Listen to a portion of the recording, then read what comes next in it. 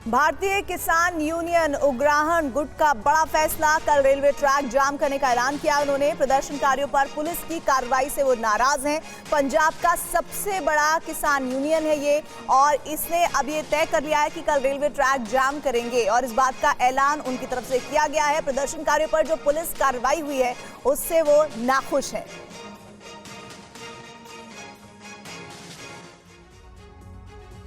और दिल्ली कूच के दूसरे दिन भी प्रदर्शनकारियों ने कई जगह हंगामा किया, कई जगह पुलिस को मशक्कत करनी पड़ी। इस बीच आम लोग आज भी बेहाल नजर आए।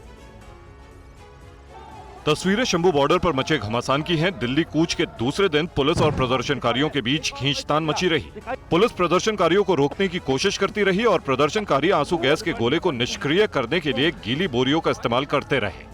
शंभू बॉर्डर पर आज पूरा हाईवे जाम रहा, उपद्रव मचता रहा। प्रशासन की कोशिश के बावजूद प्रदर्शनकारी हटने को तैयार नहीं हुए। प्रदर्शनकारियों ने आज पतंगबाजी भी की ताकि आसमान में ड्रोन को रास्ता न मिल सके। प्रदर्शन के दौरान धुएं से किसी तरह की दिक्कत ना हो, इसके लिए लोग खास तरीके का चश्मा लेकर भी पहुंचे थे। टिकरी बॉर्डर पर भी किसान आज दिन भर जमे रहे और दिल्ली में दाखिल होने की कोशिश करते रहे। कुछ इसी तरह के हालात सिंघू बॉर्डर पर भी नजर आए, जहां प्रदर्शनकारियों को रोकने के लिए पुलिस को मशक्कत करनी पड़ी।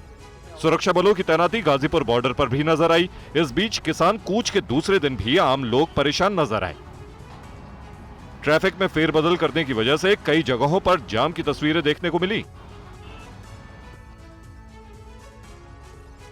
और जालंधर में बैठक के बाद एसकेएम का बयान। कल 11 से 2 बजे तक टोल प्लाजा फ्री कराएंगे।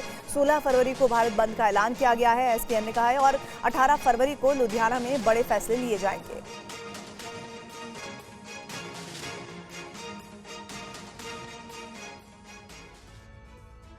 और किसानों के आंदोलन की वजह से इंटरनेट सेवा बंद है और इसके चलते लोगों को परेशानी का सामना करना पड़ रहा है। किसानों की जारी आंदोलन की वजह से हरियाणा के कई जिलों में 11 फरवरी से इंटरनेट सेवा बंद है, जिसकी वजह से दुकानदारों और छात्रों को काफी नुकसान झेलना पड़ रहा है। स्टूडेंट्स को भी भारी परेशानियों का सामना करना पड़ रहा है, क्योंकि इस समय बोर्ड की परीक्षाएं सिर पर हैं। ऐसे में विद्यार्थियों के अलावा व्यापारी वर्ग की भी चिंता है कि अगर किसान आंदोलन लंबा चला तो उनके लिए आगे परेशानियां और बढ़ सकती हैं। बिना किसी अल्टीमेटम के बंद कर दिया है। बड़ी परेशानी हो रही है, क्योंकि ज़्यादातर पेमेंटें हम गूगल पे से करते हैं, ना कोई पेट्रोल पवा पा रहे हैं, ना कोई दुकान से सामान खरीद पा रहे हैं। नेट की वजह से तो बहुत सारी प्रॉब्लम्स हो रही हैं। कामकाज सारे ठप पड़े हैं। ऑनलाइन जो भी ट्रांजैक्शन है या ऑनलाइन वर्क है जो, तो सारे का सारा बंद हो चुका है। किसान आंदोलन कब तक चलेगा ये थोड़ी ना पता है। 3 दिन हो गए प्रॉब्लम हो रही है। 10-20 रुपये वाली कोई चीज़ बच्चा लेता है, कोई भी कॉलेज में पढ़ने वाले बच्चे जेब में पैसे रखते नहीं है। ऑनलाइन पेमेंट नहीं हो पा रही, उसके बाद जैसे वापस जाते हैं। छोटी छोटी दुकानदारी है, उसी पे असर पड़ रहा है। भारतीय किसान यूनियन के चढ़ूनी गुट की बैठक। किसानों के दिल्ली कूच पर हुई चर्चा। चढ़ूनी गुट ने किसानों की मांगों का समर्थन किया है। 15 फरवरी को फिर बैठक होगी।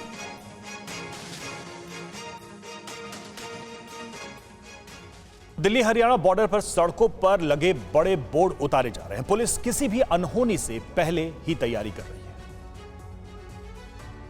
और आप देख सकते हैं कि कितना बड़ा ये बोर्ड था। इसको गैस कटर से काट कर और उसके बाद इतने बड़े क्रेन से इस बोर्ड को यहाँ पर उतारा गया है। सिंघू बॉर्डर पर ये बोर्ड लगे हुए थे, दिल्ली हरियाणा के बॉर्डर पर। और ये हम अभी दिल्ली की तरफ से हैं और अब आपको हरियाणा की तरफ से भी दिखाएंगे कि कितना बड़ा ये बोर्ड है, जिसको अभी गैस कटर से काट के यहाँ से उतार दिया गया है, ताकि जब कार्रवाई दिल्ली पुलिस करे तो उसको किसी भी तरह की दिक्कत ना आए।